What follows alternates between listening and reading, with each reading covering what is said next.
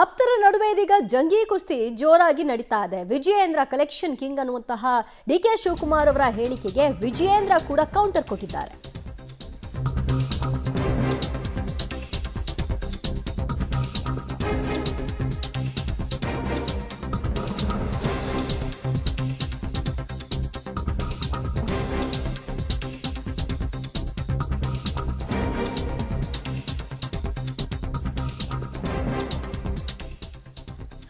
ವಿಜಯೇಂದ್ರಗೆ collection king ಅಂತ DK Shivakumar ಕರೆದಿದ್ದು ಸಹಜವಾಗಿ ವಿಜಯೇಂದ್ರ ಅವರನ್ನ ಕೆರಳಿಸಿದೆ. ಈ ಕಾರಣಕ್ಕಾಗಿ ಅವರು ಕೂಡ ತಿರುಗೇಟನ್ನ ಕೊಟ್ಟರು.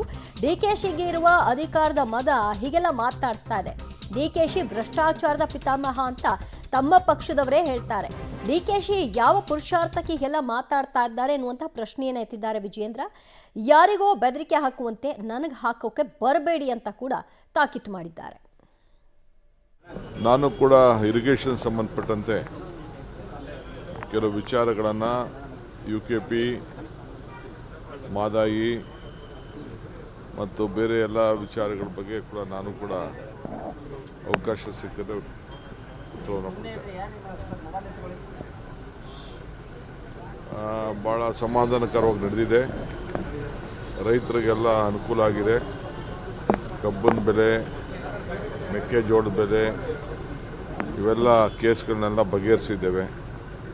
ಸರ್ಕಾರಕ್ಕೆ ಹೊಣೆ ಆಗ್ತಾ ಇದೆ, ಕಬ್ಬಿನ ಫ್ಯಾಕ್ಟ್ರಿವರೆಗೂ ಹೊಣೆ ಆಗ್ತಾ ಇದೆ.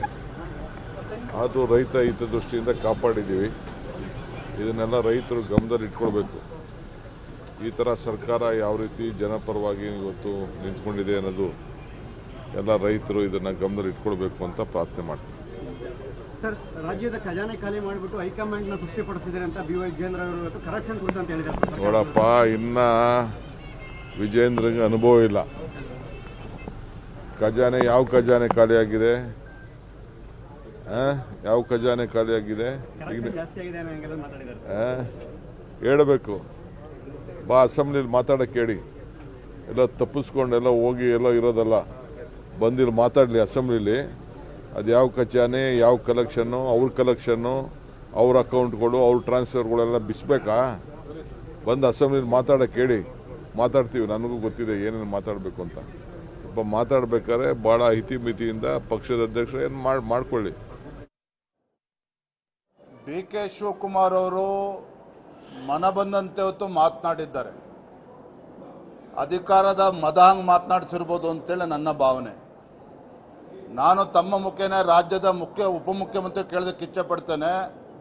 ಈ ಸರ್ಕಾರದ ಯೋಗ್ಯತೆಗೆ ಬೆಂಗಳೂರಿನಲ್ಲಿ ರಾಜ್ಯದಲ್ಲಿ ಒಂದು ಗುಂಡಿ ಮುಚ್ಚೋದಕ್ಕೂ ಕೂಡ ಸಾಧ್ಯ ಆಗಿಲ್ಲ. ಇವತ್ತು ಭ್ರಷ್ಟಾಚಾರದ ಬಗ್ಗೆ ಮಾತನಾಡ್ತಾರೆ. DK ಶಿವಕುಮಾರ್ ಅವ್ರಿಗೆ ನಾನು ಒಂದು ಕಿವಿ ಮಾತನ್ನು ಹೇಳ್ತೇನೆ. ಬಹುಶಃ ನಿಮ್ಮ ಬಾಯಲ್ಲಿ ಭ್ರಷ್ಟಾಚಾರದ ಬಗ್ಗೆ ಮಾತನಾಡದೇ ಇದ್ರೆ ಒಳ್ಳೆಯದು. ರಾಜ್ಯದ ರಾಜಕೀಯ ಇತಿಹಾಸದಲ್ಲಿ ಭ್ರಷ್ಟಾಚಾರದ ಪಿತಾಮಹರು ಯಾರು ಅಂತ ಹೇಳಿದ್ರೆ DK ಶಿವಕುಮಾರ್ ಅವರು ನಿಮ್ಮ ಕಾಂಗ್ರೆಸ್ ಪಕ್ಷದಲ್ಲಿ ಕೇಳಿದ್ರೆ ಹೇಳ್ತಾರೆ. ಯಾರ ಹೆಸರು ಹೇಳಬೇಕು ಅವ್ರನ್ನ ಹೇಳ್ತಾರೆ. ಹಾಗಾಗಿ ನಿಮ್ಮ ಬಾಯಲ್ಲಿ ಭ್ರಷ್ಟಾಚಾರದ ಬಗ್ಗೆ ಮಾತನಾಡದಿದ್ರೆ ಒಳ್ಳೆಯದು. ಮತ್ತಷ್ಟು ಮಾಹಿತಿ ಕೊಡ್ತಾರೆ ನಮ್ಮ ಪ್ರತಿನಿಧಿ ಸುಕೇಶ್. ಈಗ DK ಶಿವಕುಮಾರ್ ಅವ್ರು ಕೇಳಿದ್ರು, ಅವ್ರು ಬಂದು ಸದನದಲ್ಲಿ ಮಾತನಾಡಲಿ, ಎಲ್ಲೋ ಔತ್ಕೊಳ್ಳೋದಲ್ಲ ಅಂತ. ಸೊ ಈಗ ಇಬ್ಬರು ಹಾಗಿದ್ರೆ ಸವಾಲು ಹಾಕಿರೋದ್ರಿಂದ ಸದನದಲ್ಲಿ ಭ್ರಷ್ಟಾಚಾರ, ಲೂಟಿ, ಖಜಾನೆ ಖಾಲಿ ಚರ್ಚೆ ಆಗುತ್ತಾ? ಖಂಡಿತ ಯಾವ ವಿಚಾರ ಚರ್ಚೆ ಮಾಡೋಣ ಅನ್ನುವಂಥ ಪಂಥಾಹ್ವಾನದ ರೀತಿಯಲ್ಲಿ ಇಬ್ಬರು ಕೂಡ ಕೊಟ್ಕೊಂಡಿದ್ದಾರೆ. ಯಾಕಂದರೆ ಖಜಾನೆ ಖಾಲಿಯಾಗಿದೆ ಅನ್ನುವಂಥ ವಿಚಾರವನ್ನು ಎತ್ಕೊಂಡು ಮತ್ತೆ ಭ್ರಷ್ಟಾಚಾರದ ವಿಚಾರವನ್ನು ಎತ್ಕೊಂಡು ಮಾತನಾಡಿದ ಕಾರಣಕ್ಕಾಗಿ ಇವತ್ತು ಬೆಳಿಗ್ಗೆ DCM DK ಶಿವಕುಮಾರ್ ವಿಜಯೇಂದ್ರ ಅವರ ವಿರುದ್ಧ ಮುಗಿಬಿದ್ದಿದ್ರು. ಅದಕ್ಕೆ ಮತ್ತೆ ಈಗ ವಿಜಯೇಂದ್ರ ಅವರು ಕೂಡ ಕೌಂಟರ್ನ ಮಾಡಿದ್ದಾರೆ. ಭ್ರಷ್ಟಾಚಾರದ ಪಿತಾಮಹ ಯಾರು ಅಂತೇಳಿ ಕಾಂಗ್ರೆಸ್ನವರಿಗೆ ಕೇಳಿದ್ರೆ ಹೇಳ್ತಾರೆ ಅನ್ನುವ ರೀತಿಯಲ್ಲಿ. ಹಾಗಾಗಿ ಇಬ್ಬರು ಅದನ್ನೇನು ಸದನಕ್ಕೆ ಎತ್ಕೊಂಡು ಬರ್ತಾರಾ ಅನ್ನುವಂಥದ್ದು ಕೂಡ ಕುತೂಹಲವೇ. ಯಾಕಂದರೆ ಸದನದಲ್ಲೂ ಕೂಡ ಇದ್ರ ಬಗ್ಗೆ ಚರ್ಚೆ ಆಗಲಿ, ಯಾರ್ಯಾರ ಅವಧಿಯಲ್ಲಿ ಏನೇನು ಭ್ರಷ್ಟಾಚಾರ ಆಯಿತು, ಯಾರ್ಯಾರ ವಿರುದ್ಧ ಯಾವ್ಯಾವ ಭ್ರಷ್ಟಾಚಾರದ ಆರೋಪ ಕೇಳಿ ಬಂತು ಅನ್ನುವಂಥದ್ದು. ಆದರೆ ಬಹುತೇಕ ಸದನಕ್ಕೆ ಅದನ್ನು ತಂದುಕೊಳ್ತಾರಾ ಅನ್ನುವಂಥದ್ದು, ಅಥವಾ ಕೇವಲ ಪೊಲಿಟಿಕಲ್ ಸ್ಟೇಟ್ಮೆಂಟ್ ಆಗಿ ಹೇಳಿಕೆಗೊಂದು ಪ್ರತಿ ಹೇಳಿಕೆ, ಒಬ್ಬರು ಅದನ್ನು ಹೇಳಿರೋ ಕಾರಣಕ್ಕೆ ಮತ್ತೊಬ್ಬರದ್ದು ಕೌಂಟರ್ ಇರಲಿ ಅನ್ನೋ ಕಾರಣಕ್ಕೆ ಅಷ್ಟಕ್ಕೆ ಸೀಮಿತ ಆಗುತ್ತಾ ಅನ್ನುವಂಥದ್ದು ಸಹಜವಾದ ಕುತೂಹಲ. ಆದರೆ ಇಬ್ಬರು ಸಾಕಷ್ಟು ಆಕ್ರೋಶದಿಂದ ಪ್ರತಿಕ್ರಿಯೆಗಳನ್ನು ಕೊಡ್ತಾ ಇರೋದ್ರಿಂದ ಅದೇನಾದರೂ ಪ್ರತಿಧ್ವನಿಸಬಹುದು. ಆದರೆ ಯಾವುದೋ ಸಾಂದರ್ಭಿಕವಾಗಿ ಪ್ರತಿಧ್ವನಿಸುವ ಸಾಧ್ಯತೆಗಳನ್ನು ಕೂಡ ತೆಗೆದುಹಾಕುವಂತಿಲ್ಲ ಸದನದ ಒಳಗೆ ಕೂಡ. ದಿವ್ಯ ಜ್ಯೋತಿ, ಥ್ಯಾಂಕ್ ಯು ಸುಕೇಶ್ ನಿಮ್ಮೆಲ್ಲ ಮಾಹಿತಿಗೆ. ಇಬ್ಬರೂ ಕೂಡ ಒಂದು ದಿನದ ಹೆಡ್ಲೈನ್ ಸ್ಟೇಟ್ಮೆಂಟ್ ಆಗಿ ಹೇಳಿಕೆಗಳನ್ನು ಕೊಟ್ಟು ಬಿಡೋದರ ಬದಲಾಗಿ ನಿಜಕ್ಕೂ ಭ್ರಷ್ಟಾಚಾರ ಆಗಿದೆ ಅನ್ನೋದಾದರೆ ಅದರ ದಾಖಲೆಗಳನ್ನು ಹಿಡ್ಕೊಂಡು ಬಂದು ವಿಜಯೇಂದ್ರ ಅವರು ಕೂಡ ಅದನ್ನು ಸದನದಲ್ಲಿ ಪ್ರಸ್ತಾಪ ಮಾಡಬೇಕು. ಈಗ ಸವಾಲು ಹಾಕಿದ್ದಾರೆ ಬಂದು ಮಾತಾಡಲಿ ಅಂತ. ಸೊ ಹಾಗಿದ್ರೆ ಪ್ರೂವ್ ಮಾಡುವಂತಹ ವಿಚಾರ ಇಬ್ಬರ ಕಡೆಯಿಂದಲೂ ಕೂಡ ಇರುತ್ತೆ. ಆದರೆ ಚರ್ಚೆ ಆಗುತ್ತಾ ಅನ್ನೋದೇ ಪ್ರಶ್ನೆ.